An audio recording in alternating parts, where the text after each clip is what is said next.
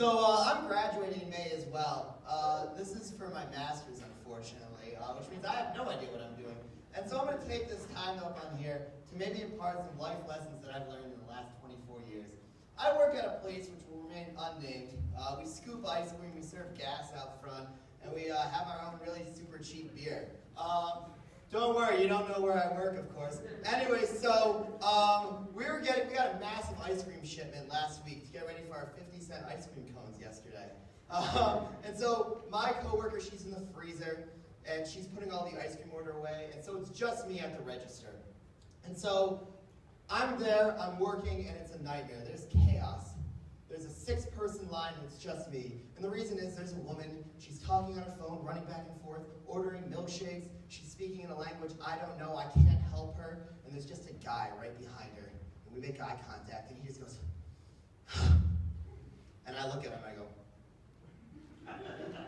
On a side note, before I continue the story, I would like to share my new idea if I ever get elected for an official office anywhere. I'm going to create a day where if you work in customer service, you can say whatever you want to a person, but you only get one day a year. We don't get to tell the customer what day it is.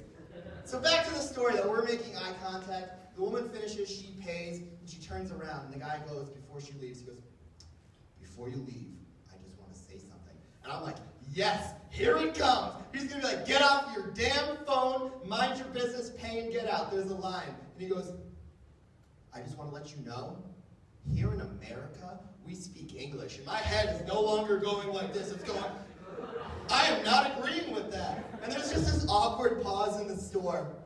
And then she goes, I was speaking Navajo to my grandfather. And now there's an even a better awkward pause. And finally, there's this old, 90-year-old lady who's got 2 gallons of milk in her hands. She's just like, and she just goes, burn! So, since St. Patty's Day was yesterday, I would like to talk about my other favorite not real holiday, which is Halloween. Halloween is my favorite holiday.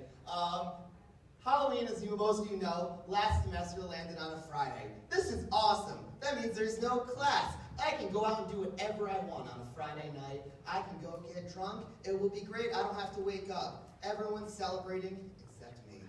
Last semester, my only class was Saturday morning at 8 o'clock in the morning. Woo! And then also that Saturday morning class happened to have a midterm. Oh yeah, you're all going, so I'm going to be a responsible adult. And for my friends in the audience right now, look at everyone else and tell them how unbelievable that is.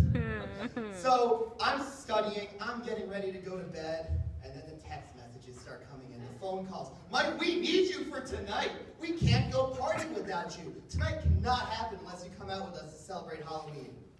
I'm not a perfect human being. I'm trying to give you life lessons. I'm going to admit, I caved into peer pressure. I gave in. I was like, I'll go out for a drink or two, and then I'll come back. I'll go to bed on time. It will be great. I can make my midterm tomorrow. I go out, and for those of you who aren't 21, let me give you some important lessons right now. On any major holiday, there will always be police officers waiting outside the bar at 2, 3 in the morning for some drunk idiot to stumble outside of the bar and try and drive home.